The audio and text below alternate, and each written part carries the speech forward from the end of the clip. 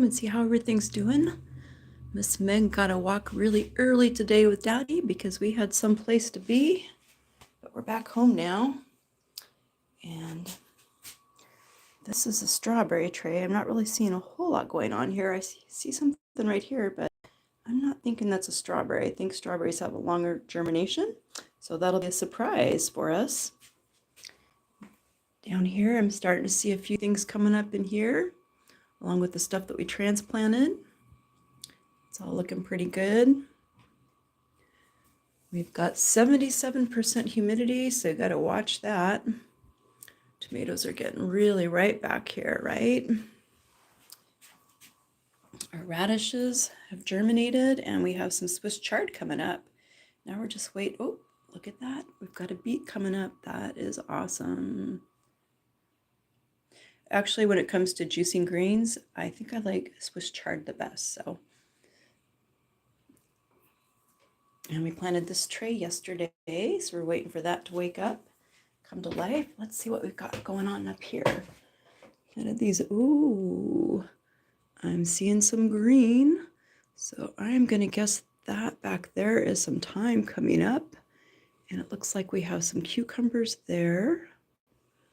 And that's a pea over there. Very exciting. Put these grow lights on here yesterday just in time. That's a pea right there. And I don't really think anything's coming up in this tray yet. Hasn't been long enough. This calendula doesn't look very happy here. We might have to find a new spot for that little guy. Yep, I don't think it likes the humidity at all, is what I'm thinking. So might have to find a different spot for that. Like actually maybe even outside. I've had those over winter before outside. Got the basil. And I don't see any sign of germination from the tomatoes yet. Some garlics back here, right? We're doing companion planting. And the cherry tomatoes from our original hydroponics, those are all doing well. And our sweet potato that's trellising down. It likes to hold on to stuff. It's pretty cool, actually.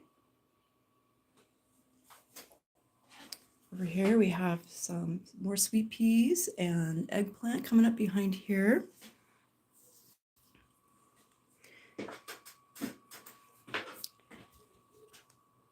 And these guys, just raise this up a little bit. We don't want any lights touching our plants because they actually get little tiny burns.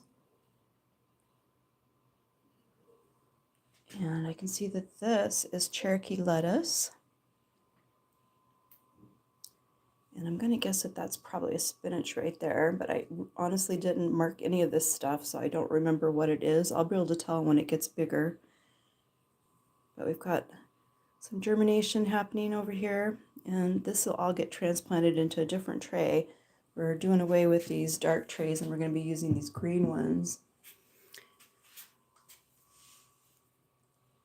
Some peppers are doing well.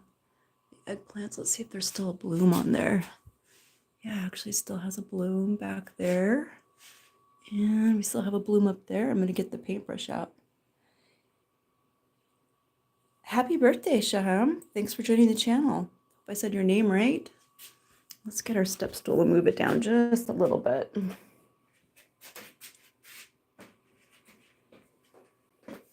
Although I think the one thing I'm going to have to be really careful about in here is not getting the humidity too high. So basically that means not overwatering. And I'm not really sure what pepper this is because it doesn't really look like a paprika pepper, right?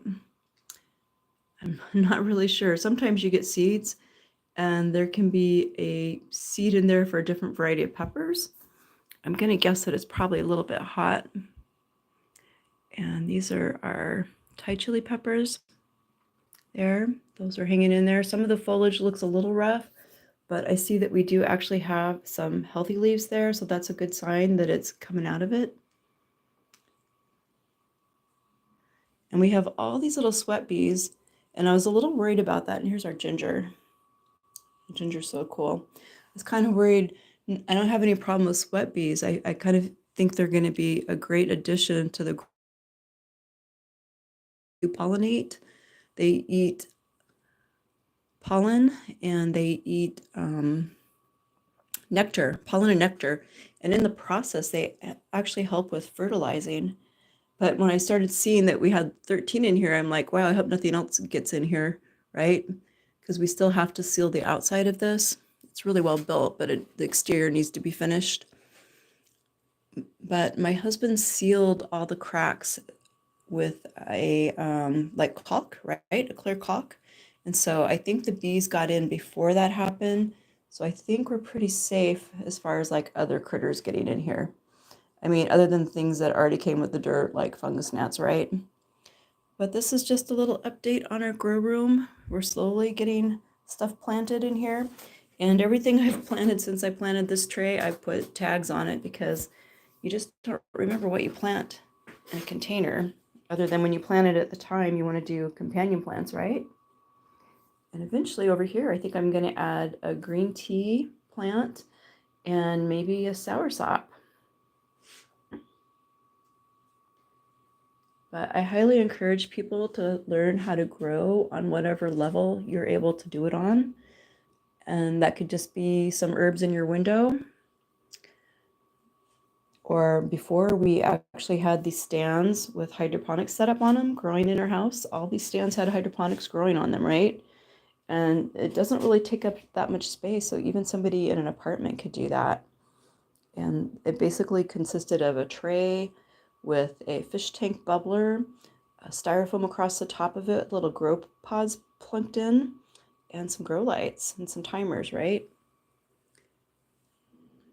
So just start with whatever level you can accomplish.